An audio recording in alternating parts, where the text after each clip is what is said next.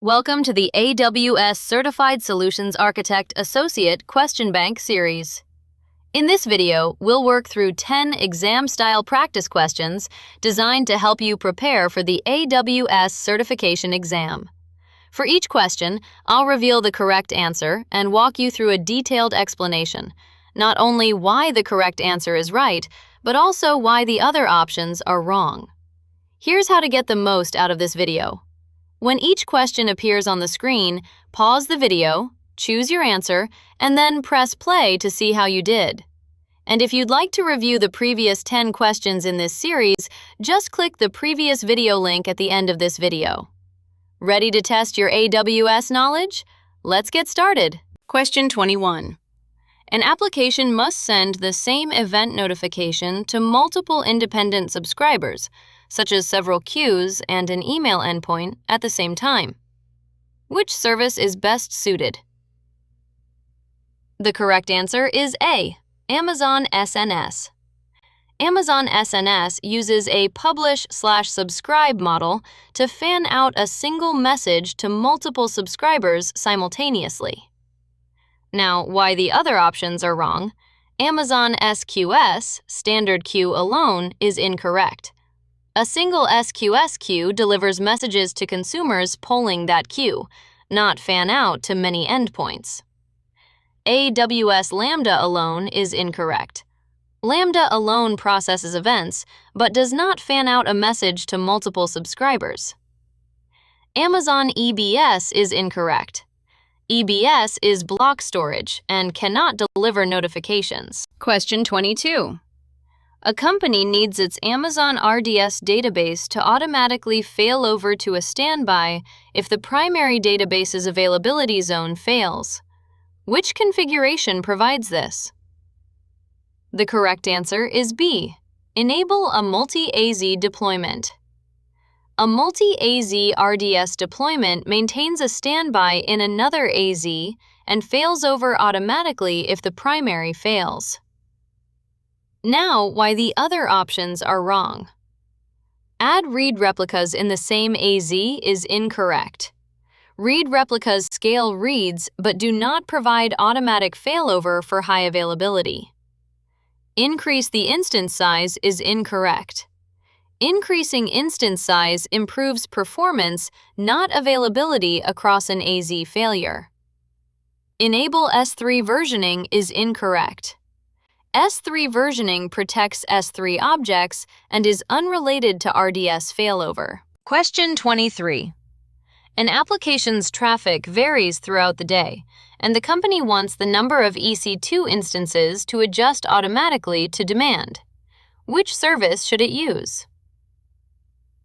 The correct answer is C, Amazon EC2 autoscaling.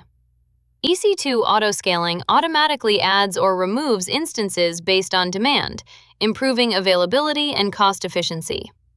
Now, why the other options are wrong?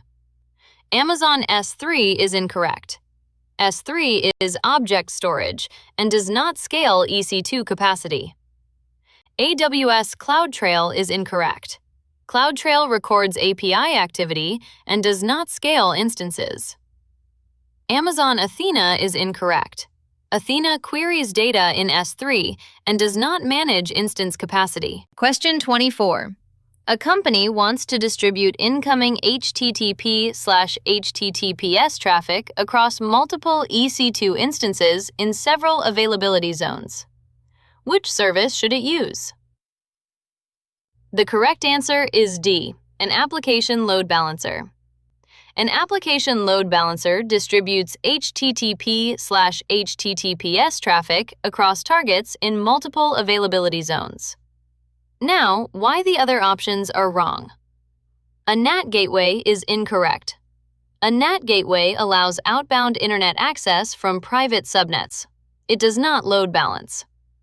An internet gateway is incorrect. An internet gateway connects a VPC to the internet but does not distribute traffic. Amazon CloudWatch is incorrect. CloudWatch monitors metrics and does not balance traffic. Question 25. A company runs its application in 2 AWS regions and wants DNS to automatically route users to a healthy secondary region if the primary becomes unavailable. Which feature should it use? The correct answer is A. Amazon Route 53 health checks with failover routing. Route 53 health checks with a failover routing policy automatically direct users to the secondary region when the primary is unhealthy. Now, why the other options are wrong? An application load balancer in one region is incorrect. A single region load balancer cannot fail traffic over to another region. Amazon CloudFront signed URLs is incorrect. CloudFront signed URLs control content access, not regional failover. AWS Direct Connect is incorrect. Direct Connect provides dedicated connectivity, not DNS failover. Question 26. A retail site experiences sudden bursts of orders that overwhelm the order processing service. The company wants to smooth the load so no orders are lost. What should it implement? The correct answer is B. Place an Amazon SQS queue between the website and the processing service. An SQS queue buffers incoming orders so the processing service can consume them at a sustainable rate without losing requests. Now, why the other options are wrong? Serve the website from Amazon S3 only is incorrect. Hosting the site on S3 does not buffer order processing. Increase the Route 53 TTL is incorrect. Changing DNS TTL does not smooth backend load. Attach a larger EBS volume to the processing servers is incorrect. A larger EBS volume adds storage, not request buffering. Question 27. An application requires that messages are processed exactly once and in the exact order they were sent. Which Amazon SQS feature meets this requirement? The correct answer is C, a FIFO, first in, first out queue. SQS FIFO queues preserve the order of messages and provide exactly once processing. Now, why the other options are wrong? A standard queue is incorrect.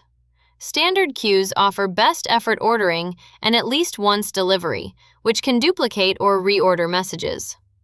An SNS standard topic is incorrect. An SNS standard topic does not guarantee ordering or exactly once delivery. A dead letter queue only is incorrect.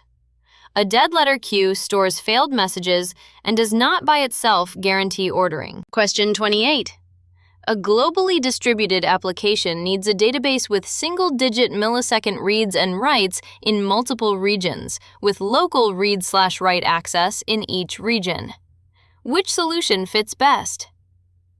The correct answer is D, Amazon DynamoDB Global Tables.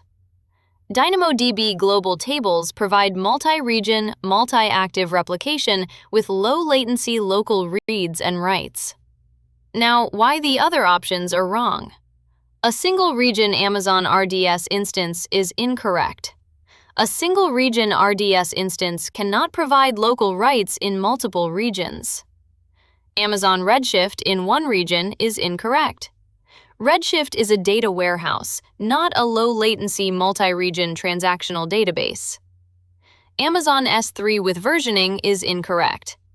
S3 is object storage, not a transactional database. Question 29. A company must keep a copy of its S3 data in a second AWS region to meet disaster recovery and compliance requirements. Which feature should it enable? The correct answer is A, S3 cross-region replication. S3 cross-region replication automatically replicates objects to a bucket in another region for DR and compliance. Now, why the other options are wrong? S3 transfer acceleration is incorrect. Transfer acceleration speeds uploads. It does not replicate data across regions. S3 requester pays is incorrect. Requester pays changes who pays for transfer, not replication. S3 object lock legal hold only is incorrect. Object lock prevents deletion but does not copy data to another region. Question 30. To allow EC2 instances behind a load balancer to be added or removed freely, the application should not store user session data locally. Where should session state be stored instead? The correct answer is B. In a shared store such as Amazon DynamoDB or Amazon Elasticache. Storing session state in a shared service such as DynamoDB or Elasticache makes the web tier stateless, so any instance can serve any request. Now, why the other options are wrong. On each instance's local EBS volume is incorrect. Local EBS ties sessions to one instance, breaking when instances are replaced. In the instance's memory only is incorrect. In-memory state is lost when an instance is terminated. In the load balancer's access logs is incorrect. Access logs record requests. They are not a session store. And that's a wrap on this video. Nice work getting through those 10 questions. If this helped, you're going to want the complete set, all 390 exam-style questions, with full explanations across every exam domain, are available in our Udemy course. The link is in the description below. Make sure you subscribe so you don't miss the next video, where I'll walk you through 10 more. See you in the next video.